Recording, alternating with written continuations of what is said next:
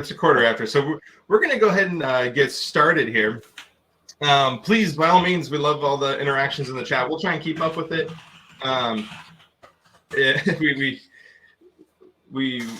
Man, there's a lot of people in here, so hopefully we don't. We're able to keep up with the chat. We're going to do our best. We're honestly, today is about having a lot of fun, but at the same time, kind of showing the dangers of clicking what we like to call these malicious links. I think we're told all the time, especially what I like to call high school students, middle school students. We're told all the time by teachers, IT people, just everything in general. Don't click malicious links. Trust the sources of basically where emails come from, where files come from, things like that. We're told all the time, don't click those links, don't click things. No, it doesn't mean we don't ever have to click a link again, like we're saying in chat, but we're going to kind of talk about how to trust what links to click and not. But we're going to show not only why not to click those links, but also the dangers behind it. Bartles, should we give a sneak peek of what's about to come? Because we are going to access Bartles' webcam from breaking into his computer. We are going to actually access his webcam, and wait, this isn't Minecraft. And then we're going to actually be able to take a picture of him, which is funny. I'd like it to be noted, the way we are set up right now, Bartles and I are using our main computers to kind of present. That's where you see us. That's where you hear us. The other two computers, not trying to hide anything from y'all, we're being very open here. The other two computers, I've got one here. Bartles has his right beside him. These are old, crappy computers. I have Kali Linux, which is just a Ubuntu, sort of a Debian-based Linux system over here. Just has a lot of pen testing tools installed on it. That is going to be my computer that I'm going to attempt to break into Bartles' computer, which he has sitting beside him, which is a Windows 7 machine. We are not going to show Windows 10, just by the way. We are not going to be able to use... And we're not going to show Windows 10 today, just because Windows 10, just to be honest with you, is a very difficult to break into. That defender that is kind of protecting it is very tough. So we stick with Windows 7, just because the goal of this isn't to show what to break into, but rather what are the dangers of breaking into something, and as well as how to defend ourselves against it. So that's our goal. So those are the two systems you see that we don't have our images showing on. That's, like I said, I have a Kali machine. Bartles has a Windows 7. The other thing I'd like to show is Bartles and I are not sitting beside each other. I am in North Carolina, just outside Raleigh and Cary, North Carolina. Bartles is down just outside of Dallas, Texas, in Arlington, right over by Jerry's World, if you're a Cowboys fan. So that's where we're kind of sitting here, all right? We are in – these kids are making me laugh over here. This is – I'm in North Carolina. Bartles is in Texas. Y'all are in Indiana, I believe. So Chicago isn't state. Okay, we're not just in Indiana. We're in a few different places, but yeah, just note that we are not sitting next to each other. That's not working because this is actually going from Texas to North Carolina and back is going to be this kind of a malicious attack today. If you ever have a question, feel free to email us. Here's our emails. I know high school kids love to email, not really, but we put those there. So, but yeah, the goal today is just kind of show not only don't click that link, but what are the dangers behind it, okay? Who are we specifically? So we work for a company called cyber.org. I'm not going to spend too much time kind of telling you all with that, but basically we're funded by the Department of Homeland Security, DHS. If you don't know who that is, go Google it. Through their sister organization. Basically, Bartles and I do, we have one main goal, and that is to get kids in the kindergarten through 12th grade range right there to get interested in these cybersecurity careers. If you didn't know, there's a huge gap. Actually, it wasn't DHS. Somebody just came out with a new report of it's like 600,000 jobs that are available out there. And if y'all would like to maybe think about going this route, you don't have to if you don't like it. But there's a lot of jobs open, a lot of very high-paying jobs all across the country that are looking for this. So our goal is to try and get kids in the K through 12 realm to think about going that way. Maybe that didn't know about the careers that were there. So if you ever have any questions about careers or what options are available to you, let us know. We'll be more than happy to help with that. But our goal is to get kids like y'all kind of interested in this. DHS, Homeland Security, does see it as a national cybersecurity or national security problem. So that's kind of why they fund us. But yeah, that's kind of who we are. This is more for teachers, I guess, but you can take a look at it. We get to travel the country training teachers on our curriculum. So here's me up in Alaska, which is always fun. But we're in Indiana often. We have fun traveling around. But yeah, I'm up here in North Carolina. And Bartles is down here in Texas. So that's kind of where we're located. And in case y'all are wondering where Indiana is, it's right here. But let's go ahead and Bartles, let's get started. Any questions before we start? Hopefully not, because we have, hey there, Diamond Nuggets. Okay, click here for free RAM. Maybe that's what we'll use today, Bartles. I'll have you click here for free RAM, which is a popular one. But let me stop sharing here.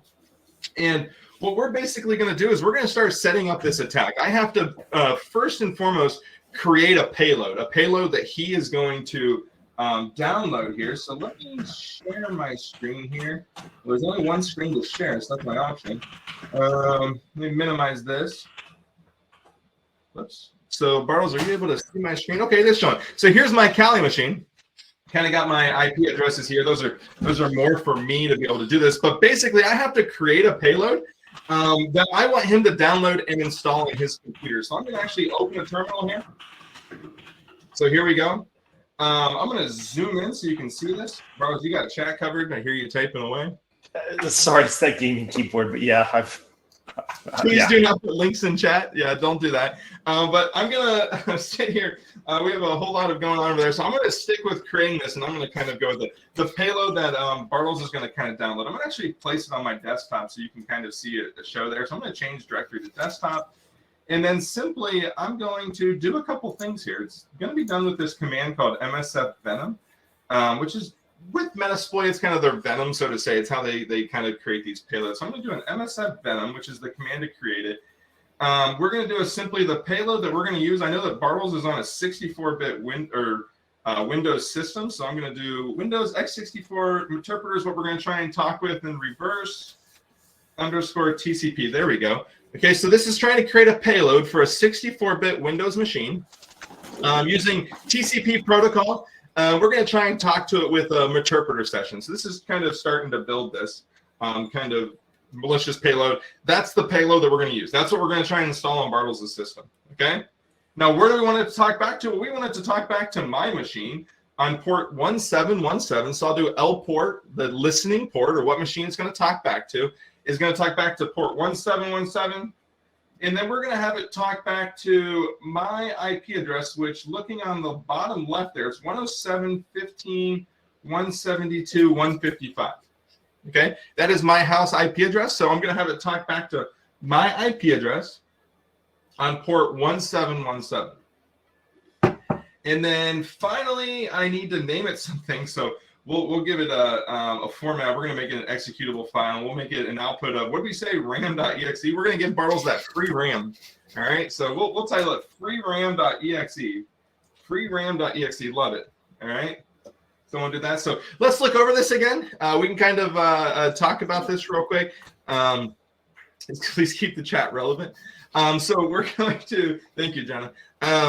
Basically create a malicious payload, the MSF Venom command. The payload is going to be for a 64-bit Windows machine using interpreter to talk, and then TCP protocol.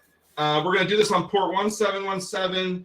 It's going to talk back to my IP address, which I have already kind of stored down here.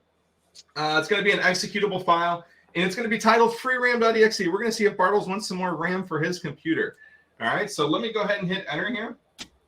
And it's going to take, what does it take, Bartles? 20, 30 seconds to kind of create this payload, but we'll see it show up on the desktop here. Okay, we'll see it kind of show up. Taking a little bit of time. Let's see here. Oh, it's taking a little bit longer than I'd like it to do, but you'll see it appear on the desktop in a second, making me a little bit nervous here. There it is. All right, so there it is on the desktop. That is our payload that I have to get Bartles to install on his machine somehow, some way. There's a whole bunch of different ways that we can do it, but that's the payload. I'd like to note that is as simple as it takes to create one of these malicious payloads. Like I said, it's not as easy as you think, because we're doing this on a Windows 7 system. So if you try to do this to somebody else, know that A, you can get in trouble if you don't have permission, and we can talk about that because you can get in some pretty big trouble, pretty big fines. And then B, it's a Windows 7 machine. That's not really commonly used anymore, so you'll have to do a little bit of the work to try and get into a different machine. But here's my payload. I'm going to actually copy this onto my web servers. I'm going to say copy the freeram.exe file onto my servers, which are going to be stored at the Apache servers, are at that var, www, and HTML. So this is just a simple command. I'm going to copy this free RAM program to my Apache servers, hit enter, and it's going to be copied there. So it stayed here just because I copied it, but it just moved that program onto this HTML folder, which is the Apache servers, that var www.html. Okay? And then finally, I'm going to simply start that Apache web server. Okay, so it's just going to sudo service apache2 start. Okay, somebody must be testing my IP address as they're seeing that web server is now doing it. Just downloaded. It's pretty cool. Oh boy, I hope you all don't actually download this. This is the problem, Bartles, me giving out my IP address. So it's up on that web server now. It can't be downloaded by anybody across the world. I love that everybody's already trying to go see it right now, but not really going to work unless you have a Windows 7 machine. It might work on a new one. Actually, Defender will block it. But here's where it is. I don't recommend downloading it. But what I'm going to do now is I need to find a way to get Bartles to actually go and open this, basically this attachment. So what I'm going to do, Bartles, I'm going to switch screens to my other computer. So let me go back to here, share screen one. There's that lovely PowerPoint. So I'm going to do a new thing here, new email. Here we go. So here's my, oh, that's a new appointment. No, I want an email. All right, so new email. You able to see that, Bartles? Yeah. All right, so here's our work email. So I'm going to email to john.bartles@cyber.org, which is our work emails. Hey, Bartles, I heard, or hey, Bart, all right, let's just title it, new computer, need more RAM? All right, hey, Bartles, go here to download extra free RAM for your computer, since this is what we're going with. And I'll say Joe. Okay. So let me highlight this. So go here. We'll add a hyperlink to it. And so the link that I need to make this is actually, what's my IP address? So it's 107.15.172.155. I need to put an HTTP in front of it. Whoops, no, not basketball. So this is, what is it? It's freeram.exe, I believe. Yep, freeram.exe. Though this is the web address I'm going to send them to. Let me double check that. 107.15.172.155, freeram.exe. Enter. So, hey, Bartles, go here to download free RAM. So let me send that email out to him to see if he's going to go ahead and download the free RAM. Now, Bartles, hold off on downloading it because I need to open up Metasploit, as you know. Yep. So let me stop sharing here. So I just sent that email out. Let me start sharing here again. Yes, there's only one screen, so that's what I'm going to share. All right. Is that sharing? There we go. So let me open Metasploit and it's a console because I need to make sure I'm waiting for someone to actually open that payload. Okay. This is going to take a couple seconds. You always get a fun banner, but I'm pretty far zoomed in, so we may not see it. Or else you get the email? Yeah, email came through. Okay. It's being really slow. I think it's kind of sharing screen and doing so much on here right now. There we go. So open up Metasploit. Give it a second here. We got 20 minutes. We got to get on there and play around, Bartles.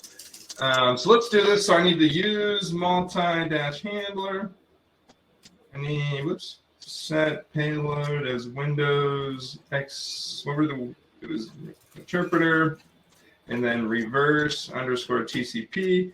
Set L port was 1717, and then finally L host was actually it needs to be my local, so 192.168.489. All right, so there we go. What I did there was I basically set all the same settings as the payload. Remember, it's that Windows x64 interpreter reverse TCP, the same port number, but this is my local network, so I had to set it as my local IP address, which is that LAN network there. So now I have the entire attack set up. I created the payload. I'm waiting for the payload to be open, and I also sent the payload, or I'm sorry, I sent the link to the payload to Bartles, telling them that there's free RAM there. So I'm going to stop sharing now. Bartles, you want to take over as the victim? Bartles is our unsuspecting victim here. Yeah, let me get Internet Explorer up and running because I had it on Chrome. Uh-oh. Just because I know Chrome's going to be a little nicer sharing and viewing. Let's see. Entire screen looks good. Yep. Okay. Oh my goodness! Inception. Yeah. There's my email. I got your email. Well, it's not that the new computer needs RAM, it's this laptop needs RAM. So let me download it on this laptop. All right. Get a little pop-up here. Yeah, I just run this, right? I trust you. Yeah, of course. I guess it worked. I've got more RAM now. Did you give him our RAM? Did you run it? Did it not connect on your side? Nope, made me a little nervous here. Did it not run? Let's try it one more time. Did it delete it?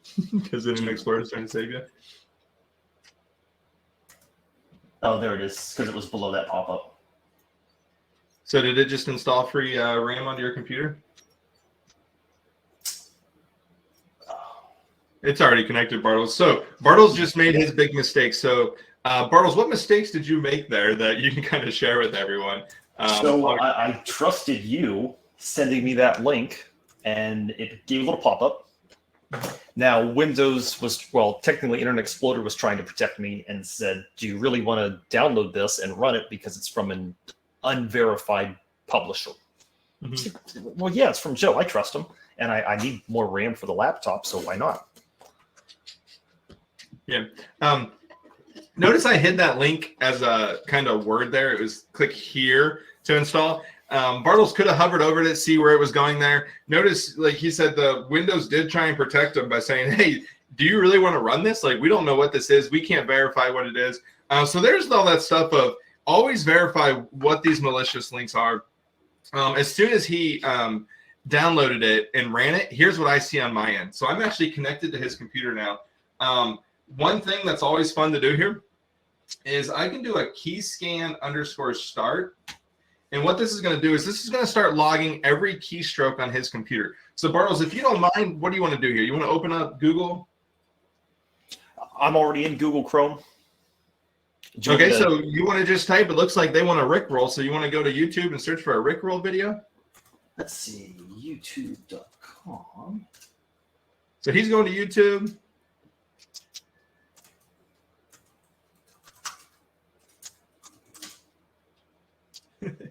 Looks like they're doing this. But what I want to show you, so he went to YouTube. Bartles, you search for Rickroll. I'm getting the dance moves down, so just it's showing on his screen. But what I want to show and what I'm sharing here is now I can do a key scan _dump. Now remember, he typed that into his computer in Texas. I'm in North Carolina. And here we go. So I can see that he went to youtube.com and he searched for Rick.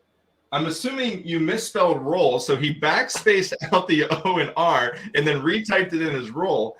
And then notice here, I can tell that he did this. What's the scary part of this? Well, what if you go to, I don't know, TikTok.com, you enter your username, your password. I see that all right now, okay? This is just a simple keylogger.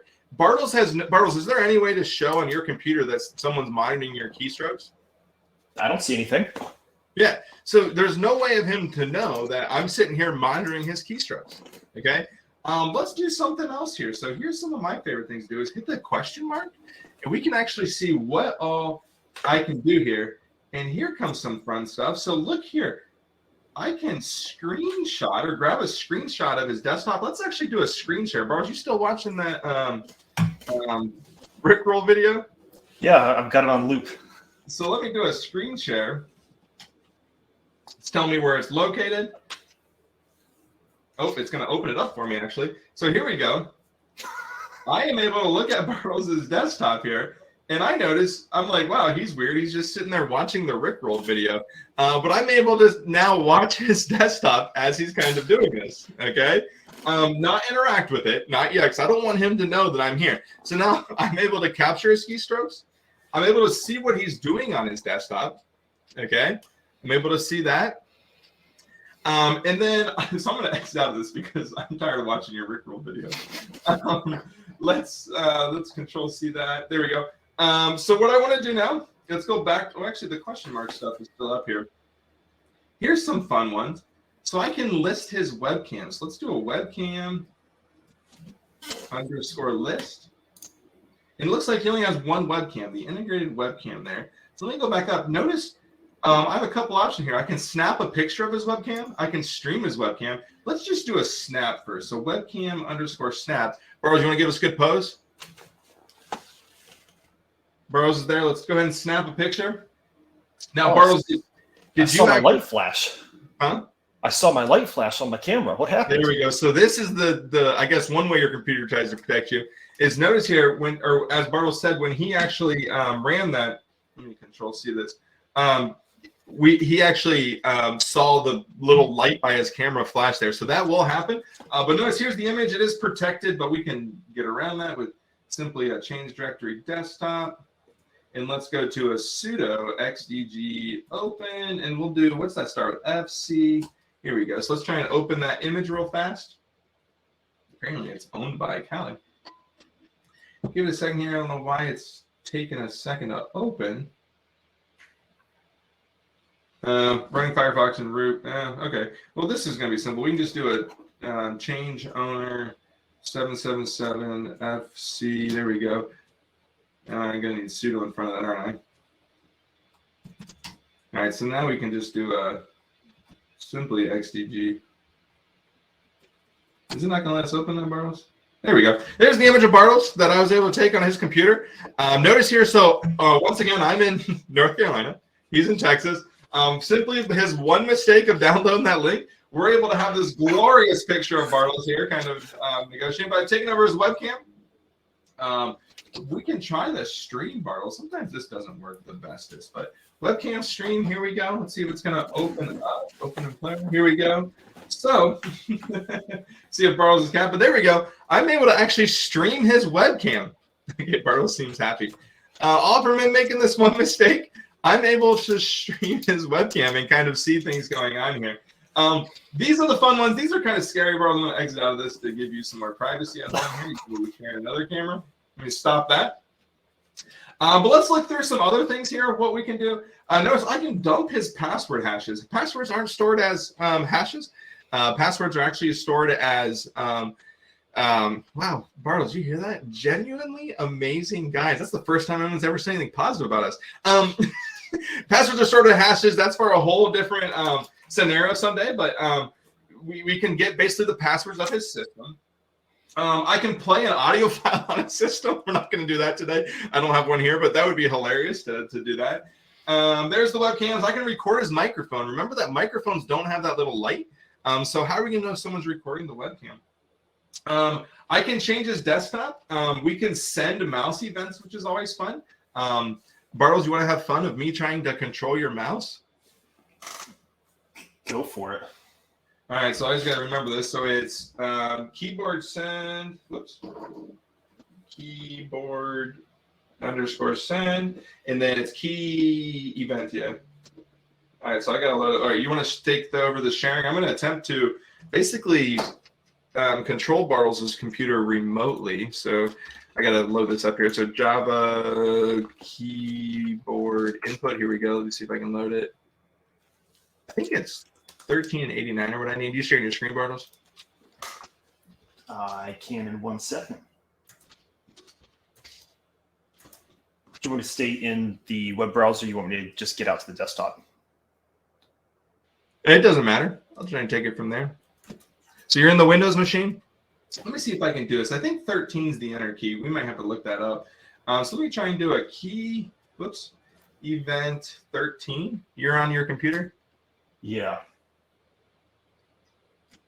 So I just sent it. So that wasn't the right one. Let me try 89. Sorry, doing this live. I need to find the numbers there. Uh-oh. This is awesome. Nah, sorry. So anybody able to find, so keyboard, what are we seeing here? Button numbers. I will say this, Joe. Yeah. My pointer is actually flashing a little bit. I don't think that's coming through on the camera through Hopin, but it wasn't doing that before. So I don't know if that's maybe Hopin's just difficult on the laptop. Maybe this is noticing something's connected to it. Just new. Just new? Yeah. Yes, I'm trying to find, anybody find the number for the, yeah, if we can't do this, for the enter key. That's okay. Well, Bartles, open up like Word or something. can't think of the start key. Oh, this probably doesn't have Microsoft Word, but it should have WordPad. There we go. Yeah, WordPad if you don't mind. So let me see here. So I can send a keyboard _ send, and let's do a I can has cheeseburger.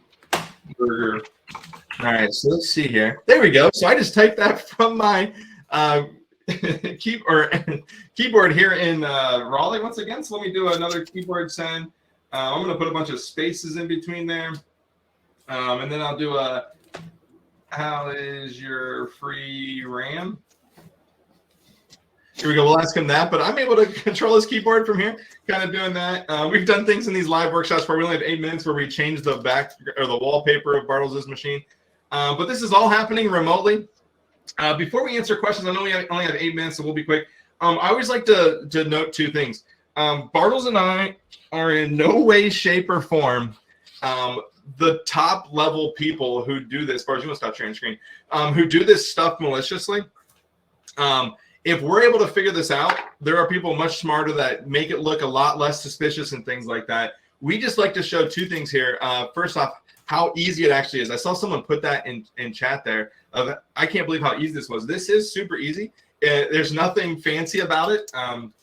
This is just a simple payload, tricking Bartles to download it, and we are able to basically why is it F in chat? Did something happen to somebody? We are able to kind of run this, but I hope everything's okay. A little worried. I'm used to this on Twitch, Joe. You just gotta ignore it. I can't do it. Oh man, the chat's just keep playing our games. Just keep hacking away. We're fine. But what I like to notice, if we're able to figure out, there's people much smarter than us at this. But we just always like to show this of the dangers with doing one simple thing here. Chat's back. I was giving you the code for enter, but then it was forcing it to enter. Oh, so that's I funny. couldn't actually put it into the chat. What was the number? Well, yeah. I don't know. 13 should be enter, right? I guess we'll kind of stop here. We got some minutes. These kids are killing me here, John. But the I gotta just turn off chat. All right, here we go. Let's shut it off. Okay. I can't stop laughing. If we're able to do this, it can be done very easily by people out there who do this every day and kind of do this stuff maliciously. But we'll stop here. Like I said, our goal was just to kind of show how easy this is. And it is really scary. Just a simple clicking of a link, ignoring the security warning on your computer, or just doing a link from a malicious actor. You have full control of that system. What I could have shown was I can take all the files off his computer. I can upload more viruses to a computer. I can run any process I want to. One cool thing is I can completely shut down Bartles' keyboard. I can completely shut down his mouse remotely. We can basically stop all access to his system, where the only thing that he can do at that point is he can turn off his machine. That's the only thing. And he'll have to do that by either holding the power button down or unplugging it. We can install a RAT, which is actually a lab that we do if your teachers use our curriculum, where we show how to build this back door. But then we turn it into a RAT where I'm able to access it whenever I want. I can turn down the session. I know that he's at the computer. I shut it down, and then I wait until he kind of goes away. Basically, hey, the computer's been inactive for an hour. Now it fires the session back up. We can do things like that, so you can kind of hide maliciously. But kind of a scary thing here of how simple it is to do this. You really have to trust who you're doing it with. I have full control of the system. There are ways to look for this. Like I said, we only have 5 minutes, so we'll kind of stop there. But I'll stop here. Any questions or anything that we need to go ahead and answer? I see some questions over here. Yeah, there's a few questions in the Q&A that I was going to have us go through. If the camera is disabled, no. If it's disabled, unfortunately, you can't do that. It's going to be on his end. Now, we could try to, if Bartles disabled it by software, not like unplugged, obviously, we could try and bypass that software and like re-enable it, so to say, because I can run any command that he can run on his system. I can run as well. Is there a way for you to get into someone's computer with the user just opening the email and not clicking the link? Email's pretty secure now. They kind of block a lot of things. I mean, I say that, but this anonymous person making me scared here. Not that I'm aware of. Maybe for a Windows 7 system, something like that. But If you're using Outlook, Gmail, something like that, they're pretty secure. We actually, Bartles and I found that it's actually very hard for us to send each other an email with these malicious links in it now. We have to go through our work where we talk to Nick and kind of purposely have him disable the blocker that would not allow something like this to happen. It's pretty well blocked down, but yeah. What are some good schools for getting into the cybersecurity space? I know they're in Indiana. Y'all have Purdue. Purdue's a great school. They have a good cybersecurity program there. We work with a bunch of people. Actually, a company that we kind of work with, Teach Cyber. Their CEO of Teach Cyber is actually a Purdue alum. She was a professor there as well. But I know Purdue has a pretty good cybersecurity program. But they're all over the country. They're really, really growing now. If you'd like a list, like I said, you can feel free to email us, and we'd be more than happy to kind of get you a list. But I know in-state there, Purdue's a great university for cybersecurity programs. They actually have a program where you don't have to actually go to Purdue to do it. You can actually just get a certificate. I think it's like a 10-week long course. It's kind of like a cybersecurity boot camp. Well, it won't be a full degree. It definitely will get you started there. I know Purdue has that program. Best VPN to use, Jeffrey, what's the saying behind VPNs, Bartles? The more you pay for it, the better it is. So if it's free, sorry, we usually say those aren't very good, but I know OpenVPN's a good one, stuff like that. But yeah, usually the more you pay for the VPN, the better it is. It's how it is in the world of VPNs. But yeah, not a straightforward answer of that. We weirdly get asked that a lot when we have nothing to do with VPNs right now. But yeah, any other questions, I guess? Dare I go back into the chat? Thank goodness Jenna's still here. We were a little worried about her for a little bit, but she's back in action. So I think everybody should give a round of applause that Jenna's okay. We were a little worried. So No one was ever worried about Jenna. I've been here the whole time, everyone. But I am jumping on because it's 13 after the hour. You all have a 45-minute break right now. You are welcome to stick around with Joe and Bartles and ask them more questions, or you are free to hop off and actually take your lunch break. So thank you all. Thank you, Joe and Bartles. This was awesome. We had a fun time. It was fun, Bartles. Now I'm worried. I mentioned Twitch, and if they find my Twitch, I won't feel very secure or private. I won't give the name, but I'm sure some of you could find it very, very quickly. No, that's not that. So, any other questions or anything? I'm actually going to shut down Bartles off just to give you a peace of mind. I just shut down the back door, or did I? So I'm shutting down this computer. That's one thing we can mention real fast, Joe. So there's what's known as persistence, where if he runs it a certain way, I can disconnect my computer, like restart, whatever, disconnect it from the network, connect back, and he can still reconnect to it. The way he fired up that malware this time was just a one and done. So as soon as it's disconnected, it breaks the connection. He can't access it again. So in the real world, depending on what the malicious user is trying to do, they may structure it as a one and done, maybe try to get some ransomware on your computer and then hope you send them Bitcoin. If they want something that's a little more long lasting, have persistence where they're just constantly monitoring your computer whenever you access it to see what your username and passwords are for different websites. So. All right, with that, I don't really see any questions. We really had a fun time working with y'all. Y'all had us cracking up on the side, which I need to get it back together. But fun working with y'all. Like I said, if you have any questions, feel free to email us. But hope y'all have a fun rest of the day at this conference. So we'll see you around. So with that, Bartles, I'm going to be out.